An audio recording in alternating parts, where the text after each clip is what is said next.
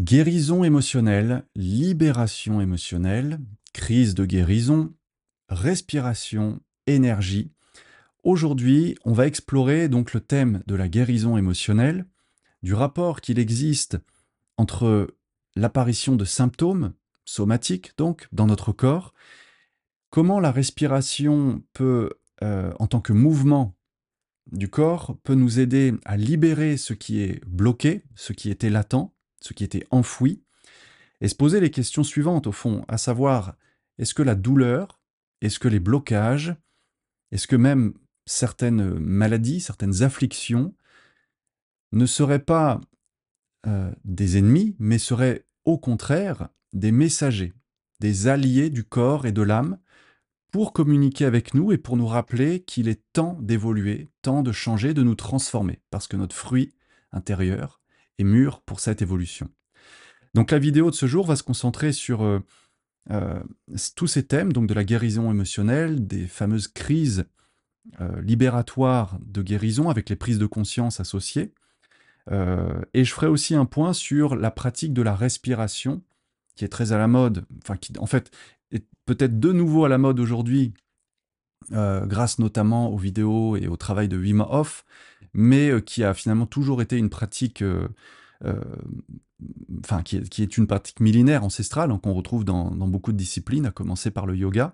Mais voilà, je voudrais combiner ces analyses parce que dans le travail que je fais, dans les accompagnements psycho-énergétiques, je me rends compte que la plupart du temps, et d'ailleurs c'est même pas la plupart du temps, je pense que c'est quasiment la note de fond des accompagnements, il est question d'amener les individus à, vous savez, c'est comme en philosophie, on parle de maïeutique, le fait d'accoucher de son propre esprit, d'accoucher de soi, naître, renaître à soi-même.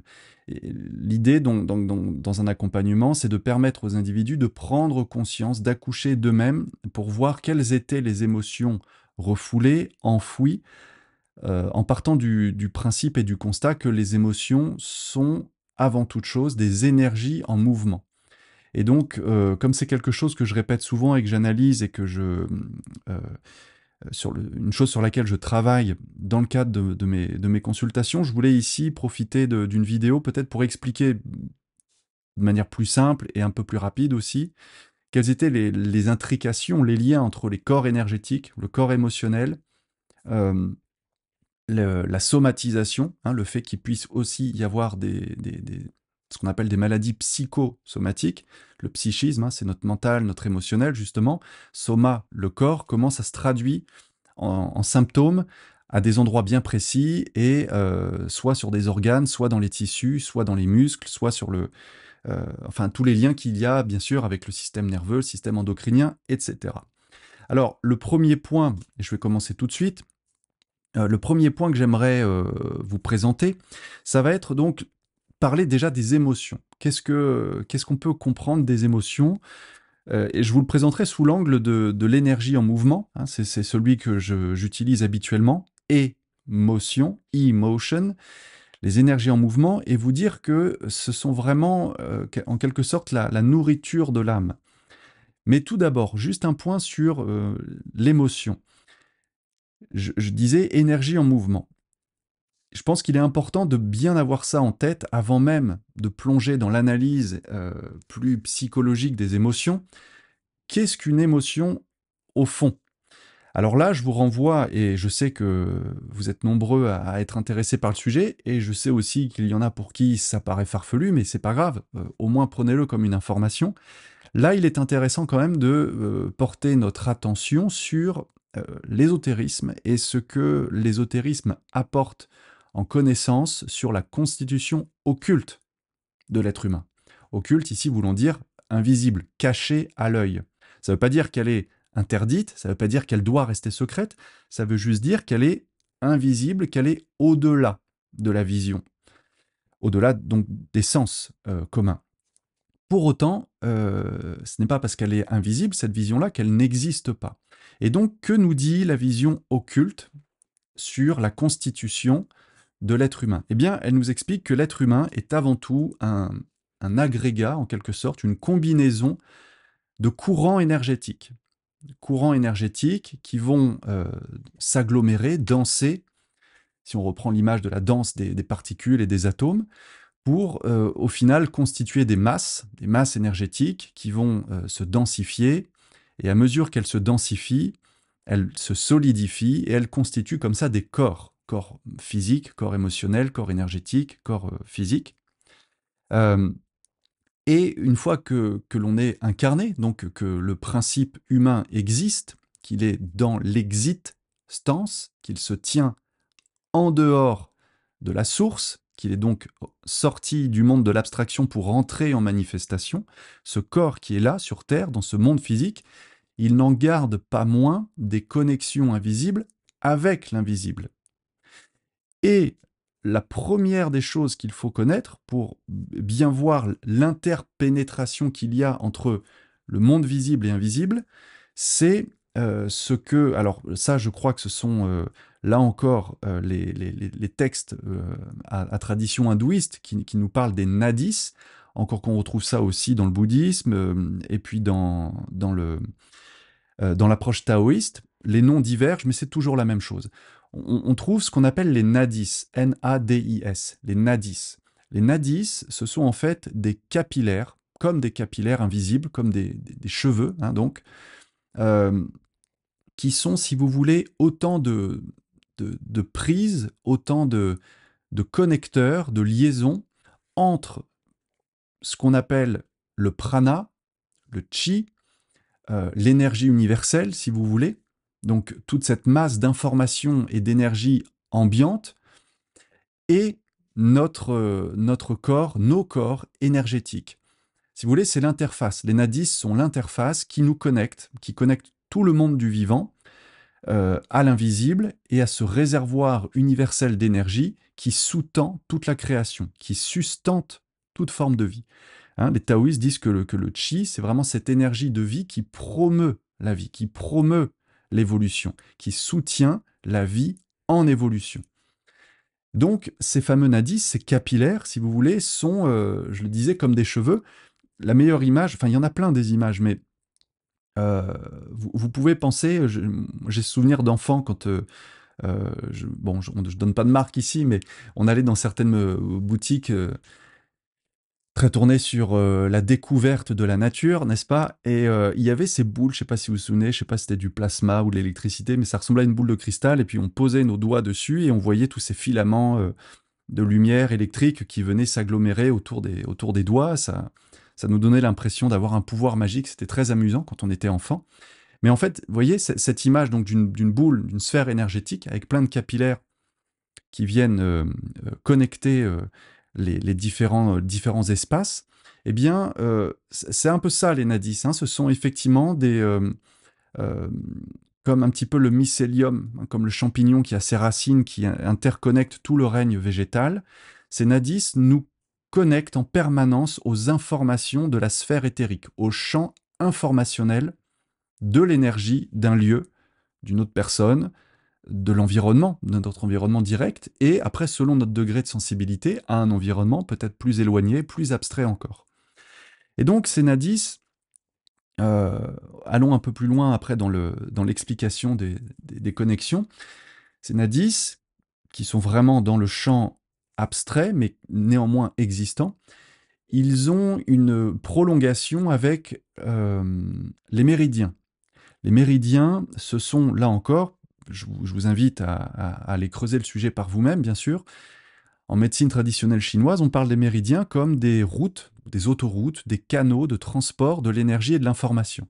Ces routes, ces canaux de communication énergétique sont plus ou moins, c'est difficile à cerner à l'œil nu, on ne peut pas d'ailleurs, on ne peut pas, mais il faut s'imaginer qu'ils sont au niveau du derme ou de l'épiderme, c'est-à-dire à la fois à la surface de la peau et légèrement en dessous de la peau. C'est pour ça que grâce aux aiguilles d'acupuncture, juste en piquant superficiellement, on peut activer, parfois bloquer ou remettre en circulation le flux d'énergie de ces fameux méridiens, qui donc sont, si vous voulez, le réseau d'acheminement de l'énergie depuis les nadis, qui viennent connecter à ces méridiens. Et donc ces mêmes méridiens vont permettre de transporter l'énergie jusqu'où? Eh bien dans tout le corps.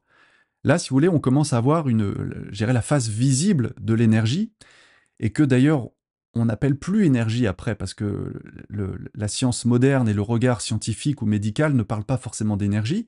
On va parler de fonctions physiologiques, vitales, biologiques, essentielles. Donc circulation du sang, circulation de l'air, circulation électrique, électromagnétique avec le système nerveux, comment dire, déclenchement des hormones avec le système endocrinien.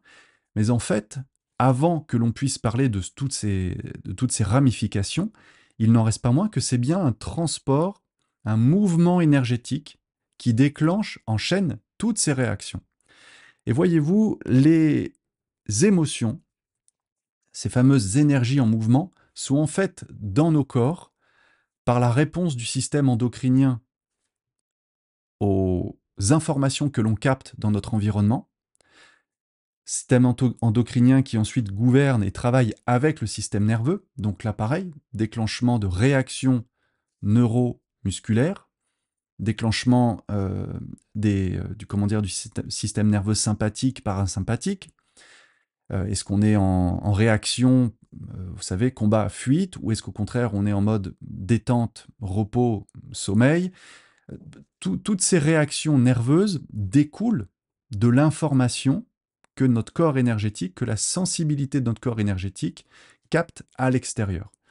Et c'est d'ailleurs, je dis à l'extérieur volontairement, mais il y a un moment, on ne sait plus ce qu'il y a à l'extérieur et à l'intérieur. C'est pour ça que les émotions, ces énergies en mouvement, qui sont en fait une grande circulation énergétique entre nous, l'environnement, peuvent être compliquées à analyser et à discerner, puisque si on accepte cette vision, si on l'intègre, on se rend compte qu'il n'y a finalement aucune séparation entre nous, ce qu'on appelle soi, notre intégrité physique, notre principe corporel, puis émotionnel, puis psychique, mental, spirituel. On voit bien qu'il n'y a pas de frontière.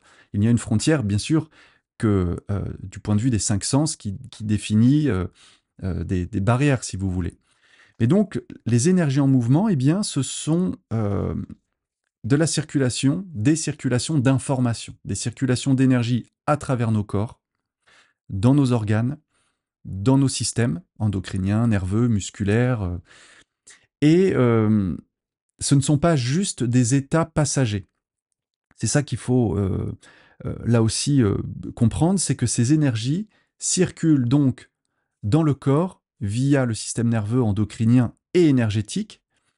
Et selon notre degré de sensibilité, selon, et je vais en parler juste après, mais selon notre degré aussi de maturité émotionnelle, on va être plus ou moins capable de ne garder que les informations dont on pourrait avoir besoin ou qui vont nous permettre d'ajuster, d'adapter notre comportement à une situation, à un environnement, à une personne.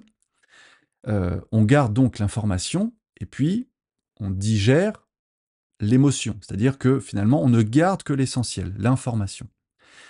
Mais ce qui est important donc ici de comprendre, c'est que j'ai parlé de maturité émotionnelle.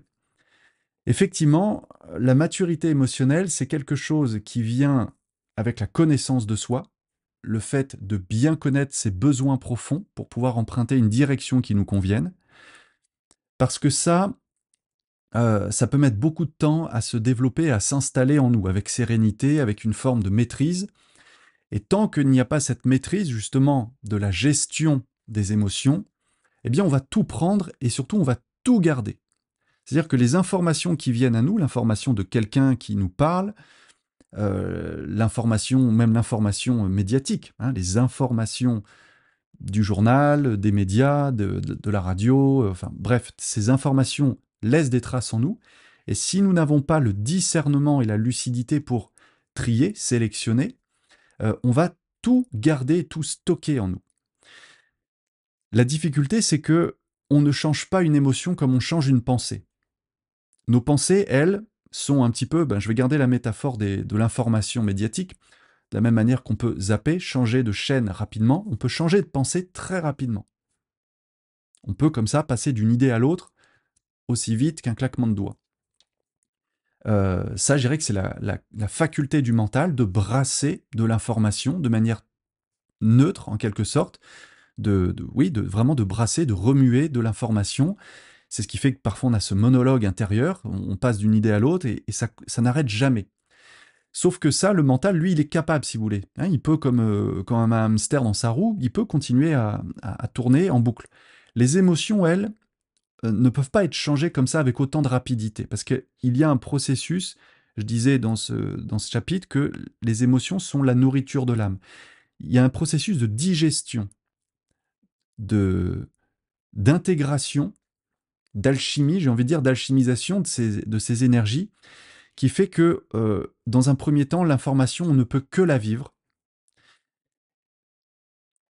pour justement être amené à la travailler au corps, la travailler par le corps, pour qu'ensuite on puisse la digérer, la dépasser, donc l'évacuer. Et c'est ça qu'on appelle la maturité émotionnelle. C'est ça qu'on appelle la croissance et l'intelligence émotionnelle. C'est le fait donc de surmonter ces émotions, de savoir trier, sélectionner, pour ne garder que l'information et ne plus garder la charge émotionnelle associée à cette information. Et ça, c'est très difficile parce que, précisément, en fonction de notre histoire, en fonction de notre éducation, en fonction des programmes que l'on a reçus, de ce que l'on a vu chez nos parents, de ce que l'on a entendu à l'école, de ce que l'on expérimente dans notre vie d'adolescent, de jeune adulte, et puis encore au cours de notre vie d'adulte par la suite, il peut être très difficile de discerner entre ce qui est essentiel à ma croissance, l'information qui va vraiment servir un but, ce but étant la pleine réalisation de mon être, et ce qui est superficiel, mais sur lequel je m'accroche. Et je peux m'accrocher sur des émotions, pas parce que j'en ai envie, mais parce que j'ai été habitué et programmé à répondre à ces émotions. De peur, de colère, euh, de, de frustration, sentiment parfois d'impuissance, ou au contraire, quête d'excitation, quête de jouissance, quête de désir, quête de pulsion, quête de passion, parce que notre moteur, il est dans les émotions fortes, hein, dans le fait de vibrer. Pour ça, je dis toujours et je rappelle toujours qu'il n'y a aucune innocence dans le monde publicitaire, majoritairement dans l'ingénierie sociale, qui connaît très bien la psychologie transpersonnelle et la psychologie évolutive de l'être humain, et qui utilise justement cette connaissance, parfois même occulte, de l'humain, pour lui faire générer des émotions qui vont le rendre addict à ses ressentis. Souvenez-vous, pour les plus anciens qui ont connu ça, le PMU qui vous disait de jouer avec vos émotions. Les pubs sur les produits laitiers, des sensations pures. Et je pourrais faire comme ça une liste très longue de produits de consommation qui ont toujours été mis en relation avec votre capacité à générer des émotions, à vivre des émotions. Et vous voyez bien ici que s'il n'y a pas de maturité émotionnelle, vous allez chercher à les vivre, ces émotions. Donc, non pas à ne garder que l'information et à discerner si elle est utile ou non, vous allez tout prendre. Alors, je disais donc, c'est ça la maturité émotionnelle, ça va être le fait que avoir intégré un spectre large de sentiments humains me donne de l'intelligence émotionnelle. Ok, plus je vis d'émotions, plus je suis à même de connaître tout l'éventail d'émotions d'une psychologie humaine. Mais tout ça donc pour devenir plus résilient, pour devenir plus humain en quelque sorte. Mais surtout, et j'ai envie d'insister là-dessus, pour devenir libre. C'est en connaissant tout ce spectre des émotions que l'on peut savoir ce que ça nous fait, est-ce que c'est bon ou pas pour nous, sachant que ce qui est bon pour l'un peut ne pas l'être pour l'autre. Il n'y a pas une voie pour tout le monde. Hein, comme je dis en anglais, ce n'est pas one size fits all, c'est pas une même taille pour tout le monde. Ce qui est bon pour l'un ne l'est pas pour l'autre. Donc il faut expérimenter et voir si ça me convient. Connaître ses besoins profonds pour emprunter la direction qui nous convient. Et c'est ça la liberté. C'est donc le fait d'avoir une intelligence émotionnelle, de surmonter les émotions et d'être capable d'identifier ce qui nous arrive pour voir si on en a besoin ou non et si ça va servir notre évolution. Bon, ça c'était le premier point, j'ai pris un peu de temps, mais ça me paraît indispensable pour vous présenter la suite. Le deuxième point maintenant que j'aborde ici, je dis des points parce que j'essaye de séquencer la vidéo, mais en fait c'est une seule et même présentation. C'est donc parler de ces fameuses charges émotionnelles. Les charges émotionnelles, ou autrement dit, quand l'émotion ne passe pas. Alors, chaque jour, plus ou moins, mais l'idée est quand même là, c'est que régulièrement, quotidiennement, nous sommes amenés à absorber des émotions. Je m'arrête juste ici pour vraiment insister sur le fait que ces émotions sont de l'échange d'énergie, de l'échange d'informations avec notre environnement. Ça commence par le lieu où on se trouve. Sachez-le, en géobiologie, ça c'est la géobiologie qui nous l'apprend, les lieux vibrent une information. Les lieux sont, on dit toujours, les lieux sont chargés d'histoire, mais bien sûr, ils le sont parce que l'humain, en parcourant les sites, en parcourant la Terre, en s'installant dans certains endroits, en ayant certaines actions sur la topographie de ce lieu, il y dépose des mémoires. Ces mémoires sont donc de l'information, qu'elles soient conscientes ou inconscientes. On peut se souvenir des traumatismes de guerre, de violence, de meurtre, de massacre, ou au contraire de cités glorieuses, d'histoires prestigieuses. Peu importe, c'est de l'information, qu'elle soit consciente ou inconsciente. Les lieux vibrent cette information. Cette information, c'est donc de l'énergie. Et donc, je disais, chaque jour, nous absorbons des émotions. Oui, je parle même pas des rapports humains. Je reste sur le fait d'aller sur des lieux, certains lieux. Donc nos vies modernes aujourd'hui font qu'on fréquente énormément de lieux euh, aseptisés, dénaturés. Les transports en commun sous terre, les bureaux dans des tours, les grands centres commerciaux, les galeries sous dôme. Il y a comme ça dans le monde du travail contemporain énormément de lieux qui n'ont plus de rapport direct avec l'élément naturel. Néanmoins, ce sont des lieux, bien qu'étant artificiels, qui vibrent de l'information en permanence. Les lieux naturels aussi, je ne devrais pas opposer nature et lieu humain, puisqu'en fait ce sont des pôles opposés extrêmes, on est bien d'accord, mais ça reste quand même des lieux sur Terre. Néanmoins, le lieu naturel par excellence, les forêts, les lieux de bord de mer, les montagnes, les prairies, les lieux comment dire, à l'air libre, ont évidemment une charge énergétique et de l'information bien différente. Néanmoins, elles peuvent être chargées aussi d'une certaine information, et nous les absorbons, ces infos, quand nous rendons sur des lieux. Je pourrais faire une vidéo, mais là je ne vais pas le faire, parce que ce n'est pas tout à fait dans le cadre du propos, mais imaginez tout ce qu'on pourrait dire sur la qualité des soi-disant lieux sacrés. Quand on vous parle de lieux sacrés, parce qu'il y a eu peut-être des civilisations anciennes ou des constructions architecturales dites sacrées, cathédrales, chapelles, églises, temples. Il faut voir ce qu'on met dans le mot sacré. Il faut voir quelle poubelle énergétique parfois se cache derrière un soi-disant lieu sacré.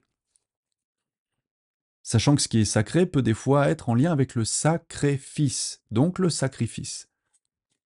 Allez voir si ça c'est vraiment sacré, je ne sais pas. Donc ces émotions nous touchent de manière inconsciente en premier lieu. On les absorbe.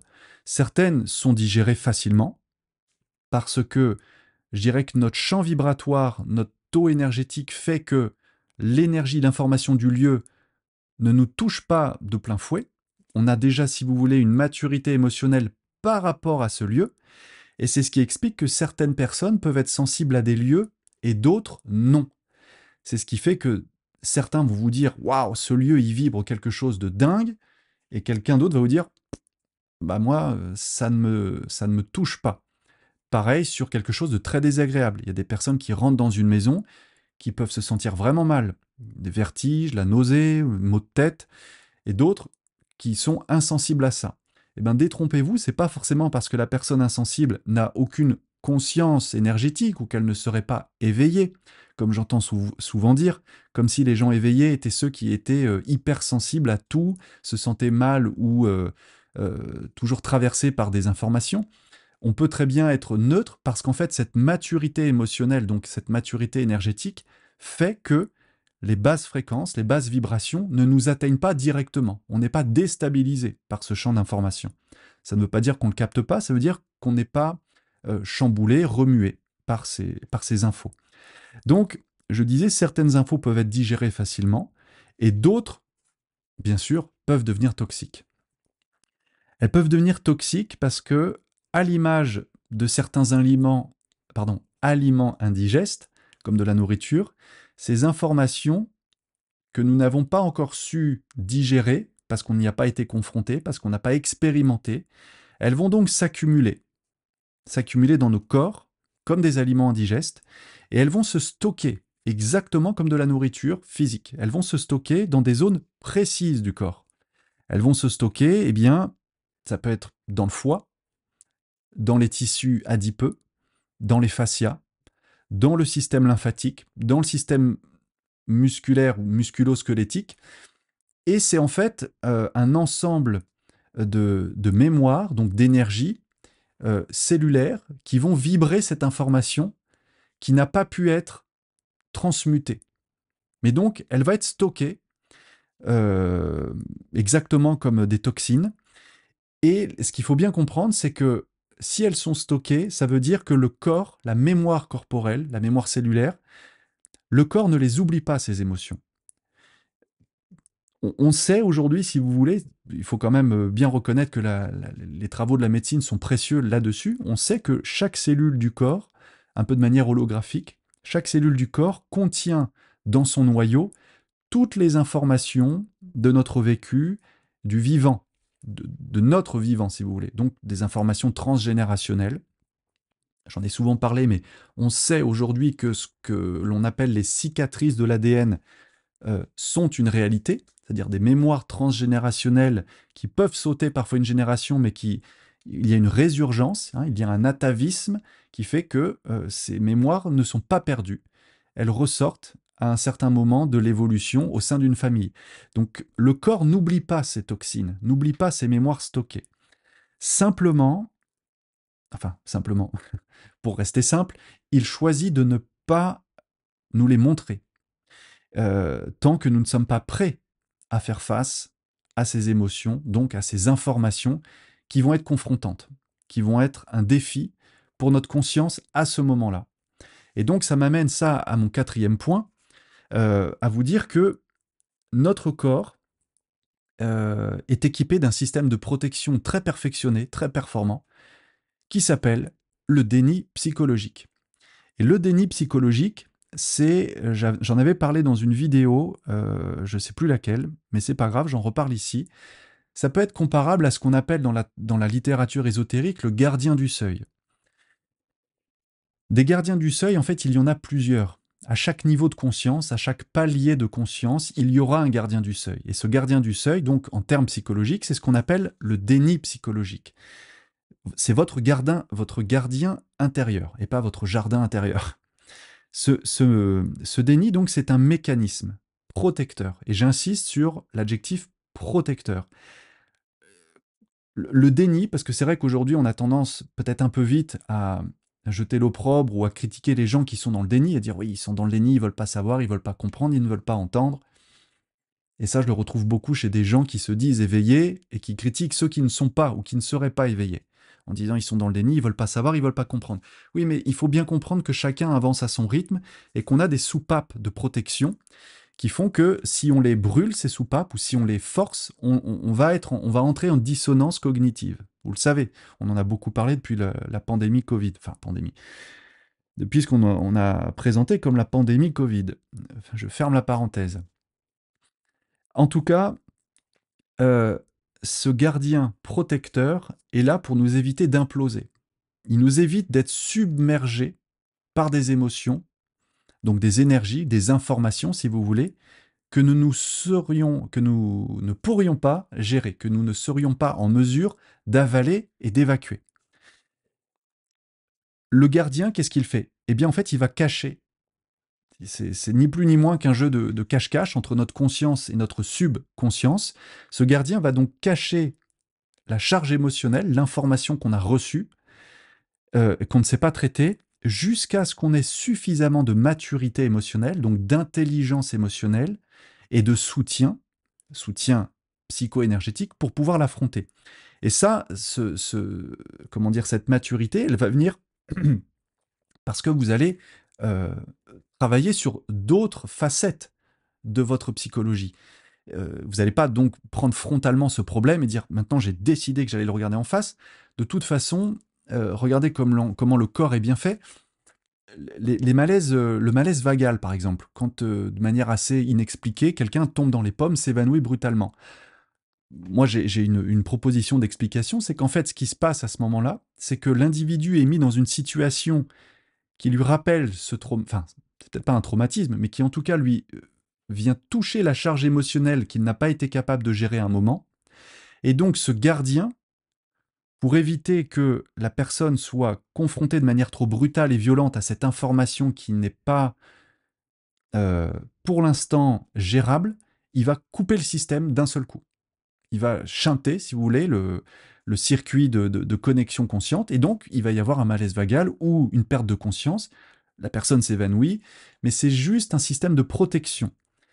Euh, Parce qu'on ne peut pas prendre frontalement comme ça l'information. Donc, on va trouver des stratégies de développement sur les côtés, en face, au-dessus, en dessous, peu importe, mais la vie va nous mettre dans d'autres situations où on va pouvoir développer une maturité émotionnelle quand même. On n'est jamais bloqué. On n'est jamais bloqué. Et la vie n'est pas punitive. Mais on va s'ingénuer avec la vie à trouver d'autres chemins. Et donc, c'est ça qui va quand même nous faire grandir en intelligence émotionnelle jusqu'au jour où, ça y est, on est prêt à traiter cette information, et donc, que fait le corps, que fait le gardien intérieur? Il nous envoie un signal, il envoie le feu vert, si vous voulez. Et c'est quoi ce feu vert? Eh bien, c'est le symptôme. C'est le symptôme physiologique. Une douleur, une tension, un trouble physique, émotionnel, peu importe. Mais ce symptôme, c'est le signal qu'envoie le gardien pour dire tu es prêt à traiter cette information que tu n'as pas pu gérer auparavant. Donc ce n'est pas les douleurs qu'on appelle bien souvent psychosomatiques ne sont pas évidemment un hasard.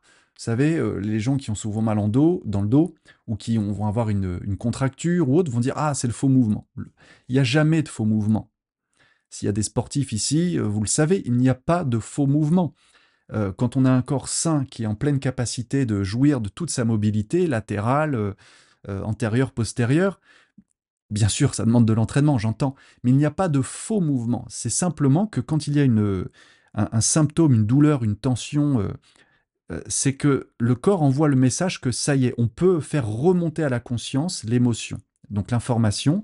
Et que dit en fait symboliquement notre gardien? Il dit ben ça y est, c'est le moment. C'est le moment pour toi de changer, d'évoluer, donc de libérer l'information et la charge émotionnelle associée.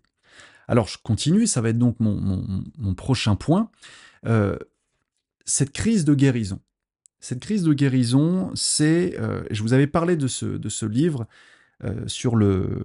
Comment...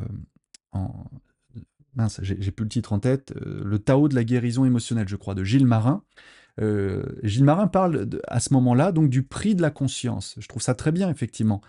Dans cette phase de crise de guérison, il y a le prix de la conscience à payer qui peut être cher, effectivement. Qui peut être cher parce que pendant des années, alors ça peut être des années, parfois ça peut être moins long, hein, ça peut être des mois ou des semaines, mais il se peut dans des traumatismes bien plus ancrés que ça prenne des années.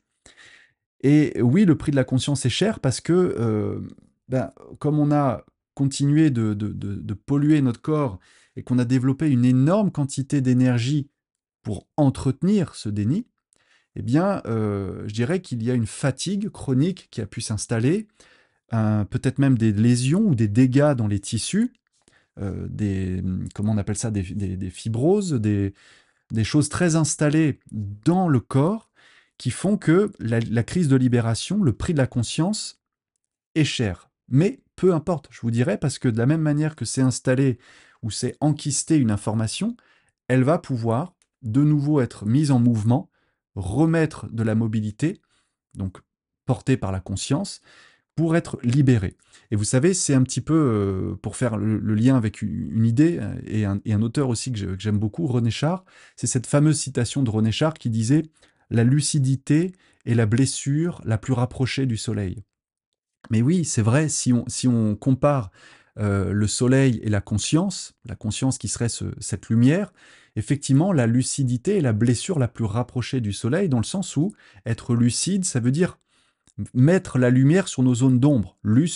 Lucidité, la lumière. Mettre en lumière ce qui avait été caché. Et c'est vrai que de ce point de vue-là, le prix à payer est cher, mais parce que ça nous a coûté très cher d'entretenir le déni. Mais c'était nécessaire pour se protéger et continuer à avancer et fonctionner dans ce monde malgré la violence de l'information, de l'énergie, de l'émotion que l'on n'a pas pu gérer à ce moment-là. Quand on commence à libérer ces tensions, donc, elles reviennent à la surface. Elles remontent à la surface. Vous savez hein, que les émotions, dans certains courants, sont associées à l'eau. Les pensées sont associées au feu. Donc c'est pour ça que c'est intéressant de dire que les émotions remontent à la surface, comme si on sortait de l'eau, dans un marais où l'eau n'est pas très claire d'ailleurs. On ressent donc, on commence à ressentir ce qui avait été anesthésié, littéralement, depuis longtemps. Donc les fameuses douleurs, les tristesses, les éventuelles colères, tout ce qui avait été stocké bien en dessous du niveau de la conscience remonte. Et donc c'est ce qu'on appelle ici la crise de guérison. Ça veut dire quoi? Ça veut dire que on comprend, le verbe comprendre a son importance ici, on prend avec soi, on prend la responsabilité, on comprend donc à un certain niveau de profondeur de conscience qu'on doit ressentir ce que l'on n'avait pas la force de sentir auparavant. Là où nous n'avions pas suffisamment de force pour faire face, ça y est, la maturité émotionnelle, l'intelligence émotionnelle, acquise par ailleurs, fait que on a les reins solides. Et j'utilise l'expression volontairement, les reins, siège yin de l'énergie vitale, de l'eau, des émotions, mais donc on a les reins suffisamment solides pour faire face. Donc, ça y est, on va pouvoir ressentir ce qui avait été refoulé en termes psychanalytiques. C'est donc un passage très inconfortable, hein, c'est même pas parfois inconfortable, non, c'est très inconfortable pour tout le monde. Après, à différents degrés de sensibilité pour chacun, mais il y a vraiment un inconfort physique, émotionnel, mental, tout ce que vous voulez. Mais c'est aussi le signe que le processus de guérison, en anglais healing, c'est cette période de passage d'un état à un autre, est activé et fonctionne, produit des effets. Donc, il ne faut pas, à ce moment-là, je pense qu'il est bon de se rappeler que non, souffrir n'est pas forcément nécessaire pour prouver qu'on est en train de guérir. Il ne faut pas non plus se dire je dois souffrir parce que c'est la preuve que je suis en train de guérir, mais il est fort probable qu'effectivement ce processus de guérison, comme dans le cas d'une grippe qui est accompagnée d'une forte poussée de fièvre, alors qu'en fait c'est le corps qui se nettoie, il est fort probable qu'il y ait de la souffrance associée. Mais ce n'est pas nécessaire pour guérir. Mais voilà, retenez, même si je pense que vous le savez déjà, mais que oui, toute transformation, effectivement, demande de laisser tomber l'ancien soi. Donc c'est un arrachement, comment on appelle ça? C'est une mort symbolique. Ça, j'en ai beaucoup parlé dans la vidéo sur l'éveil. Et ça n'est pas confortable. Ça peut être effectivement un vrai deuil, quelque part. Ça paraît fou, mais ça peut être un deuil de laisser tomber son déni, de laisser tomber sa souffrance avec laquelle on s'était habitué à vivre, à tel point qu'elle faisait partie de nous. Parce que derrière cette souffrance, il peut aussi y avoir un lien affectif malade, travesti, euh, perverti, avec une personne qui nous a fait souffrir. Un parent, un proche, un conjoint, une figure tutélaire, peu importe. Et donc c'est là où il est important vraiment d'être sincère avec soi, et donc sincère avec les autres, pour comprendre que dans ce processus de guérison, il y a le fait donc de laisser tomber, hein, d'abandonner, pour arrêter de jouer un rôle et de porter un masque. Et je voudrais ici, je vais la lire parce que je m'en souviens pas de tête, vous faire une brève lecture d'une citation que j'avais notée il y a plusieurs années. Ben, je vois que c'était en 2020, donc vous voyez, ça fait déjà 5 ans. d'Alejandro Jodorowsky, que je ne présente pas, qui est un personnage bien connu, qui a énormément travaillé à la fois comment dire, la psychomagie, sur le tarot. Enfin, c'est vraiment une figure que je vous invite à découvrir si vous ne le connaissez pas. Mais j'avais relevé cette citation, alors je ne sais plus dans quel livre c'était, mais je vous la lis. Sous chaque maladie se trouve l'interdiction de faire quelque chose que nous désirons, ou l'ordre de faire quelque chose que nous ne désirons pas. Toute guérison exige donc la désobéissance à cet interdit ou à cet ordre. Et pour désobéir, il faut se débarrasser de la peur enfantine de ne plus être aimé, c'est-à-dire d'être abandonné. Cette peur entrave un manque de conscience. Celui qui en est affecté n'a pas conscience de ce qu'il est vraiment, car il essaye d'être ce que les autres attendent de lui qu'il soit. S'il persiste dans cette attitude, il transforme donc sa beauté intime en maladie. La santé ne se trouve que dans l'authenticité, et pour parvenir à ce que nous sommes, il faut éliminer ce que nous ne sommes pas. Et il conclut, le plus grand des bonheurs, c'est d'être ce que l'on est. Oui, je m'inscris en tout point dans cette vision, effectivement, que être authentique avec soi-même, c'est donc cesser de porter un masque. Et j'insiste, hein, il n'y a pas de culpabilité. On ne porte pas toujours un masque parce qu'on fait le choix de se cacher. On porte des masques parce qu'en fait, nos mécanismes de protection n'ont pas trouvé de meilleure solution que d'occulter certains facteurs, certaines informations, certaines émotions, donc ces fameuses énergies en mouvement, parce que sinon elles nous feraient imploser. Elles nous mettraient directement en décompensation. Et, et donc, notre psychologie, notre psychisme n'a guère d'autre solution pour préserver la vie en nous et nous permettre de continuer que de mettre une injonction à cacher ce qui est insupportable. Mais effectivement, toute guérison, comme le dit Jodorowsky, exige la désobéissance à cet interdit, à cet ordre, à cette inconscience, si vous voulez. Alors voilà, je laisse à votre appréciation cette citation. Je voudrais maintenant, à 42 minutes, faire un point sur... Alors, c'est pas du tout, dans cette vidéo, la manière de vous dire, voilà la clé de libération des émotions, c'est la respiration. C'est parce que j'ai pu constater en moi, déjà, pour pratiquer depuis déjà plusieurs années des exercices de respiration, et de manière très régulière et vraiment... oui, enfin de manière, bref, en tout cas régulière et appliquée depuis maintenant presque 2 ans, je vois bien les effets que produisent la respiration, et notamment la respiration donc holotropique. Celle qui a été mise au point dans un premier temps dans les années 70 par Stan Grof, qui était psychologue, enfin connu pour son travail en psychologie transpersonnelle. Je vous le dis tout de suite, je ne suis pas un spécialiste, hein, je connais simplement pour m'être intéressé à ces travaux sur la respiration, mais j'ai pas creusé, si vous voulez, donc je ne vais pas vous faire un cours sur le bonhomme, c'est pas du tout ça. Et cette respiration holotropique, elle a été vraiment popularisée là depuis une dizaine d'années par Wim Hof, hein, celui qu'on appelle Iceman. Pareil, là aussi vraiment personnage, on peut le dire, à tout point de vue. Qu'on aime ou qu'on n'aime pas, mais qui, je dirais, a le mérite d'avoir remis sur le devant de la scène cette pratique qui, un, ne vous coûte rien, deux, si elle est faite avec un minimum de bon sens et de paramètres sécurisants, n'a aucun danger pour vous. Si vous êtes assis, allongé, surtout pas dans une piscine et pas debout ou en train de conduire, il n'y a vraiment pas de risque. En revanche, le grand avantage, c'est que la respiration est réellement un pont vers la libération. Donc c'est ça là, dont je veux vous parler ici, c'est que la respiration connecte à tous les niveaux de conscience. Euh, Parce que, et ça c'est encore une fois en médecine chinoise, hein, la MTC nous montre que la respiration, c'est vraiment la vision visible, manifestée du mouvement du qi. Cette phase d'expansion et de contraction, c'est le mouvement du chi, le mouvement de la vie. Tout est expansion, contraction, croissance, décadence, si vous voulez, destruction. Mais pourquoi? Parce que la respiration, déjà d'un point de vue purement physique, transporte l'oxygène, mais aussi parce elle transporte l'énergie vitale. Et donc, le chi, on l'a vu, c'est de l'énergie, c'est donc de l'information en mouvement.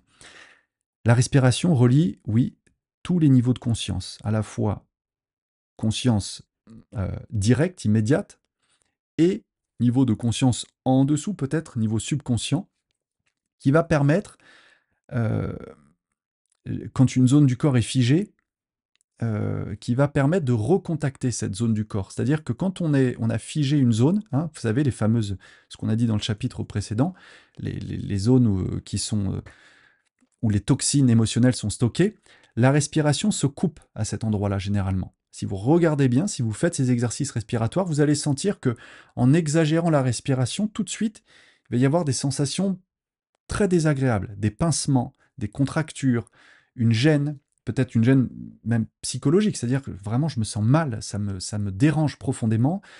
Oui, parce que quand on est entravé, la respiration, naturellement, notre gardien du seuil vient couper la respiration à cet endroit pour ne pas toucher la zone qui fait mal. Donc on ne ressent plus rien, on est anesthésié à cet endroit, dans cet organe, dans ces tissus, dans ces fascias, dans les tissus adipeux, enfin peu importe.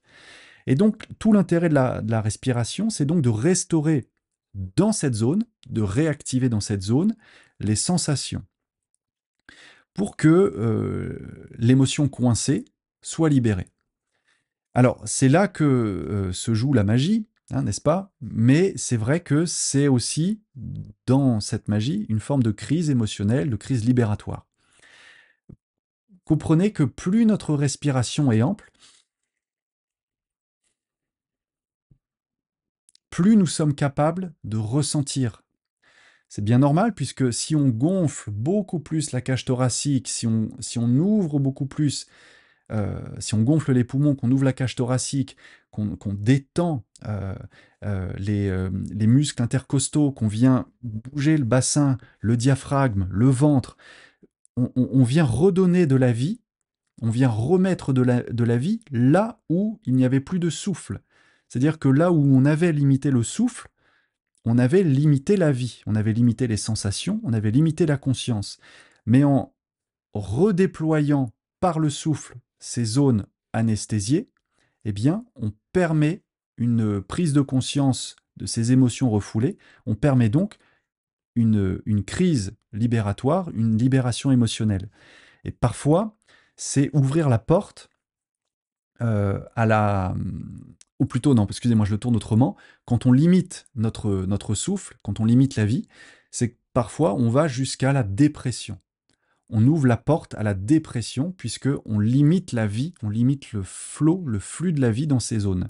Mais regardez, même le mot nous renseigne très bien sur ce qui se passe. La dépression, c'est effectivement l'inverse de la mise en pression, exactement comme lorsque l'on gonfle euh, un pneu, une cavité, une chambre à air ou autre. Quand on la gonfle, quand on la met sous pression, on la remplit d'air.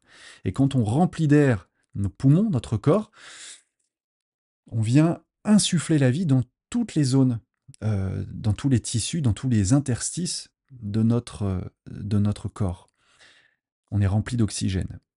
Être en dépression, c'est finalement se priver d'oxygène, se priver de conscience, de vie, de mouvement dans ces zones. Donc apprendre à respirer, là encore, ça peut paraître fou, mais ça s'apprend. Respirer s'apprend parce que on est tellement cabossé par la vie, tellement mis sous pression et en stress permanent, qu'on oublie de respirer. La plupart du temps, on respire à peine. On est juste là au niveau des épaules, du cou et de la cage thoracique supérieure. On n'est même pas en train de respirer, on est en train de haleter. On est toujours sous tension, si vous voulez. Donc, ce qui se passe, c'est qu'on raidit. C'est naturel, hein, si vous ne faites pas d'activité respiratoire, si vous ne bougez plus les muscles, les tissus, eh bien, ils vont se figer, ils vont se nécroser, s'anesthésier, s'enquister. Et donc, respirer redevient quasiment un acte d'apprentissage. Il faut apprendre consciemment, plusieurs fois par jour, à respirer. Euh, bon, je ne vais pas vous faire un cours ici, ça va être trop long sinon. Mais pour ce qui est de la respiration holotropique, je dirais que c'est vraiment un accélérateur de libération. C'est un accélérateur de prise de conscience. Puisque ce qu'avait bien vu, je pense, effectivement, Stan Grof, c'est que ce mode respiratoire, qui est en fait une sorte d'hyperventilation, si vous voulez, combine respiration rapide, profonde et continue. Rapide, profonde et continue. Tout ce qu'on ne fait pas en mode automatique quand on est dans notre vie de tous les jours, au travail, pris dans le quotidien et autres. On est dans une respiration, alors peut-être rapide, oui, mais certainement pas profonde et certainement pas continue. Observez-vous bien et vous verrez à quel point vous êtes parfois en apnée sans même vous en rendre compte. Et je ne parle pas des apnées du sommeil, je parle vraiment des apnées dans la phase d'activité quotidienne. Donc, si vous êtes en démarche de faire des exercices de respiration, vous allez voir que une respiration sans pause entre l'inspire et l'expire va remettre tout de suite de l'énergie et du mouvement dans des zones qui étaient figées. C'est pas agréable. Je vous le dis tout de suite, c'est pas agréable. Mais par contre, enfin, l'objectif, c'est donc de contourner le mental, puisque vous avez vu que le mental est capable de passer d'une idée à l'autre très très vite, donc il est capable de nous faire oublier qu'on s'était penché ou fixé comme objectif d'aller voir nos émotions. Il va préférer nous emmener sur autre chose pour continuer de nous protéger, hein, nous faire continuer à fuir si vous voulez. Mais par cet exercice de respiration qui occupe toute votre conscience, vous allez contourner le mental. Et donc accéder à des états, je dirais, de conscience élargie, hein, vraiment élargie, imaginez vraiment un ballon qui gonfle, donc conscience élargie, qui va permettre de libérer des émotions, des mémoires émotionnelles enfouies. Pourquoi ça marche? Parce que vraiment ça marche. Il ne faut pas le faire en dilettante, il ne faut pas le faire juste une fois pour se dire tiens je vais essayer, je vais voir ce que ça vaut. Ah ouais non bof c'est chiant et puis en plus la voix là du mec sur YouTube je l'aime pas et puis il me parle et puis je comprends pas, il y a trop d'infos, il y a trop de paramètres. Oh et puis ça fait mal, oh et puis bon bref, vous voyez, si vous le faites une fois et que vous restez là-dessus, il y a de fortes chances que ça n'apporte rien. Par contre, si vous essayez quand même dans le temps, et ce que j'appelle dans le temps, ça peut être juste sur 7 jours, à raison d'une fois ou deux, c'est bien, 2 fois par jour, au réveil et avant de se coucher, vous allez voir que ça marche parce que cette hyperoxygénation entraîne une modification de conscience. Ça active, effectivement, ça entraîne une activation de la mémoire corporelle. Pas la mémoire intellectuelle, la mémoire corporelle. Souvenez-vous, ces informations stockées, cachées dans les tissus, dans les muscles, dans les organes, les cellules, elles, ont la mémoire de cette information qui a été cachée au niveau conscient. Mais en remettant du mouvement et de l'énergie par la respiration dans ces tissus, on active la mémoire corporelle. Et donc, on va permettre au mental subconscient de refaire surface. Et donc, oui, il peut y avoir libération émotionnelle parfois intense, parfois même cathartique. Vraiment, euh, une sorte de crise. C'est pour ça que j'ai intitulé cette vidéo la crise émotionnelle, la crise de guérison, parce que ça peut vraiment refaire monter à la conscience les informations, donc les émotions, les informations enfouies. Alors voilà, écoutez, je pense avoir terminé la présentation.